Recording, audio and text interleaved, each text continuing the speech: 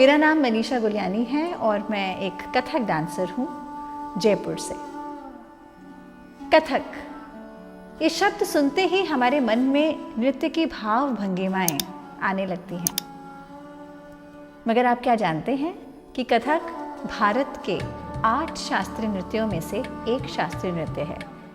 और ये नृत्य अगर इसको ज्योग्राफिकली देखा जाए तो अफ़गानिस्तान से लेके आसाम तक ये फैला हुआ है। इसके 3 मुख्य घराने हैं। घराने मतलब स्टाइल्स।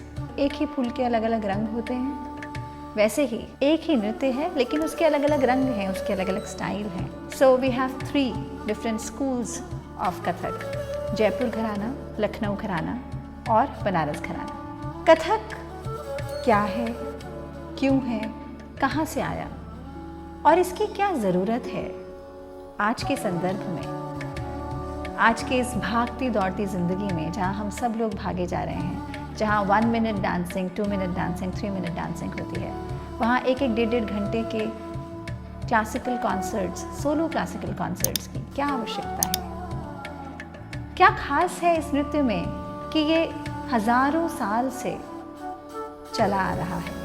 क्या बैकग्राउंड है इसका और क्या ये वही कथक है जो पहले हुआ करता था? हमारे जीवन में कलाओं की या नृत्य की क्या आवश्यकता है? ये बहुत सारे विचार हमारे मन में आते हैं। तो चलिए कोशिश करते हैं एक के बाद एक गुत्थी को सुलझाने की। एक छोटी सी स्टोरी मैं आपसे शेयर करना चाहती हूँ जो हम लोगों ने अपनी किताबों में पढ़ी है, जिससे ये पता लगता है कि किस प्रकार शास्त्रीय कलाओं का आगमन हमारे जीवन में हुआ। वैदिक काल में जब ब्रह्मा जी ने 4 वेदों की रचना करी, ऋग्वेद, सामवेद, अथर्ववेद और यजुर्वेद, तो पूरे दुनिया में लोग ज्ञान से भरे हुए थे। उसको पढ़ना चाहते थे, जानना चाहते थे, समझना चाहते थे, ग्रहण करना चाहते थे। लेकिन उस समय भी हमारे समाज में एक बहुत बड़ा तबका ऐसा था जो उसको पढ़ने के लिए उनको परमिशन नहीं थी, दे वर नॉट अलाउड। और कुछ लोग ऐसे थे जो पढ़ नहीं सकते थे, उनको ज्ञान नहीं था, दे वर नॉट लिटरेट इनफ। तो बहुत सारे बड़े वर्ग में अराजकता थी, लोग परेशान थे, दुखी थे, क्योंकि उनके पास करने को कुछ भी नहीं था। बहुत ही मोनोटोनस लाइफ थी और किसी प्रकार का ज्ञान नहीं था। और अज्ञानता तो अंधकार में होती है।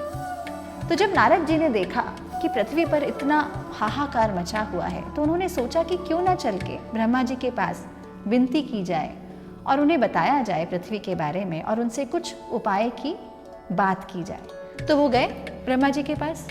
उन्होंने कहा, हे प्रभु, पृथ्वी में लोग बहुत परेशान हैं, आप क्यों ना कुछ ऐसा करें कि उनका कुछ मनोरंजन हो, उनका आत्मरंजन हो और वो खुश रह सकें। तो ब्रह्मा जी ने बहुत सोचा और उसके बाद उन्होंने जो 4 वेदों की रचना की थी, उन 4 वेदों का सार निकाल कर एक और वेद, जिसे नाट्य वेद कहा गया है और उसको 5वां वेद भी माना जाता है, उसकी रचना करी। उसकी खूबसूरती ये थी कि उन्होंने पृथ्वी से भरत मुनि को बुलाया और उन्हें कहा कि ये नाट्य वेद है, अब आप इसको प्रचार प्रसार पृथ्वी पर जाइए और कीजिए। और उसकी खास बात यह है कि इनमें जो कलाएं हैं, संगीत और नृत्य, इसका जो आनंद है वो सिर्फ पृथ्वीवासी ही ले सकते हैं, देवता नहीं ले सकते। तो ये हम ह्यूमंस के लिए एक बहुत बड़ी कैपेबिलिटी है, that we are entitled and we are able to enjoy music, dance and various art forms.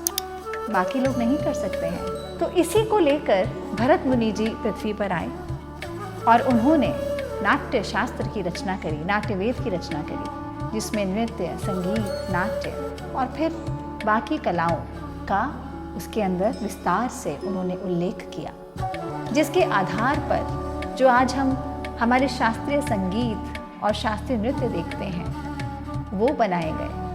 Kathak भी नाट्य शास्त्र पर ही आधारित है। तो ये तो हुआ एक ओवरऑल ब्रॉडर एस्पेक्ट कि भाई कथक का थोड़ा सा बैकग्राउंड मैंने आपके साथ शेयर करने की कोशिश करी है। और अब ये सिलसिला बातों का बस अभी शुरू हुआ है और कथक का जो विस्तृत रूप है उसके लिए हम अलग अलग कड़ियों में आपसे मैं मिलती रहूँगी और जो भी मेरे पास विचार हैं वो आपसे मैं शेयर करती रहूँगी। तो मिलेंगे अब हम अगले एपिसोड में। Thank you. कथक या कोई सा भी नृत्य, खासकर शास्त्रीय नृत्य, दो तरह के संयोजन से मिलकर बना है, लास्य और तांडव।